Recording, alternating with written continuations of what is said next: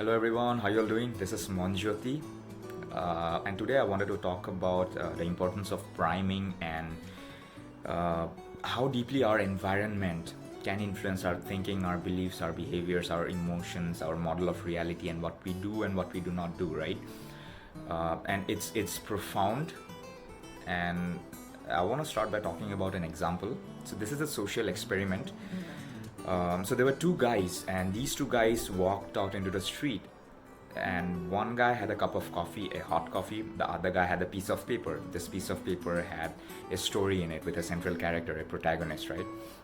So this first guy would randomly stop individuals on the street, the guy who had a cup of hot coffee, and then he'll request them, hey, can you please, keep this coffee for me while I tie my shoelaces? And then he'll hand over the cup of coffee, and then, he'll take it back, and then this random guy on the street will just move on. And then the same guy will be stopped by this other guy who had a piece of paper. And he will request the same guy to read the story and explain the character of the protagonist, the central character, his nature, explain the nature of the protagonist. And in return, he's gonna give him $20. No big deal, $20. Just read the story and tell me about the main character in the story, right? And they'll repeat this experiment over and over again. And then they will repeat the same experiment now with a cold coffee. So the first guy will have a cup of cold coffee, and then he'll randomly stop one guy in the street, and he'll ask him to, keep this cup of coffee until he ties his shoelaces or something like that. And then the same guy will be stopped by the guy with a piece of paper with a story, and same thing, same deal, right? Just read the story and tell me about the nature of the main character in the story, and in return I'm gonna give you $20, right? No big deal. And there's a very, very interesting observation, right?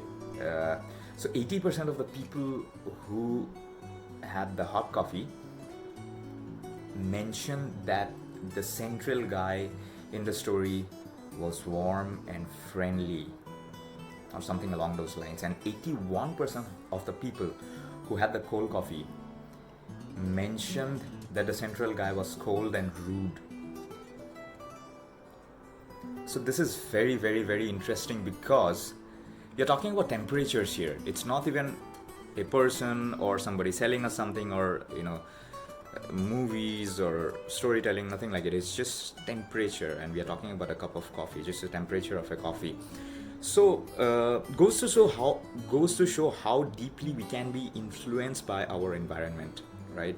This is just temperature, and there are so many other parameters, right? We talk to so many people, we bump into so many people, we see so many things, so many colors, so many patterns. We are in social media, scrolling through newsfeed, Google. We browse through Google, random websites. We do so many things. We have work environments, colleagues. So we do not know to what extent we are getting primed, in what levels, and what were the triggers, right? Because this is more of a hypnotic phenomenon, not rational. Because we like to think that whatever rational analysis we have, it's our independent analysis, it's our own rationality, but we do not know where that comes from. Sometimes it might be true, but other times we do not know where it comes from, who triggered that kind of a thinking and behavior and belief, right? So this is because we human beings, I believe, are more hypnotic than rational. We get influenced to a large extent, and we like to think that we do not get influenced. So this is a little scary, but it doesn't have to be. So Tony Robbins mentions that you should take charge of your priming.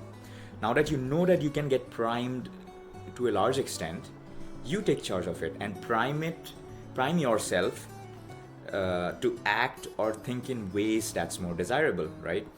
So, and whenever I'm coaching, I'm trying to help somebody, so I try to help them to take charge of their priming. So one of the ways we can do that is prime yourself first thing in the morning, because what you do first thing in the morning, first hour or two, is very, very important. It sets the tone for the rest of the day, right? So take charge of that first hour. So there are certain elements that you can include to prime yourself. First thing is just look at your goals. It could be different categories like personal goals, adventure goals, professional goals, relationship goals, goals for the next year, next 6 months, next 5 year, whatever. Have it in the written form. Look at it for like 5 minutes. Second thing is change your state through either meditation or some form of workout. And third thing that I suggest is some form of journaling, right? Journal, write stuff. Primarily because it helps you to declutter, right? You can dump stuff on paper, right? It improves the clarity of thinking, self-awareness, and if you write down your intentions for the day, you're more primed to prioritize those things that are more important, and it becomes easier to say no to things that are not really important for you. And you may even write about things that you're grateful for, even simple little things that we take for granted in our environment, right? So you prime yourself to notice what's good versus what's not good, and you prime yourself to notice what's important, right? So you do that, and if you do that every morning, you're going to start off your day right, and you would prime yourself for success, or being your best version first thing in the morning.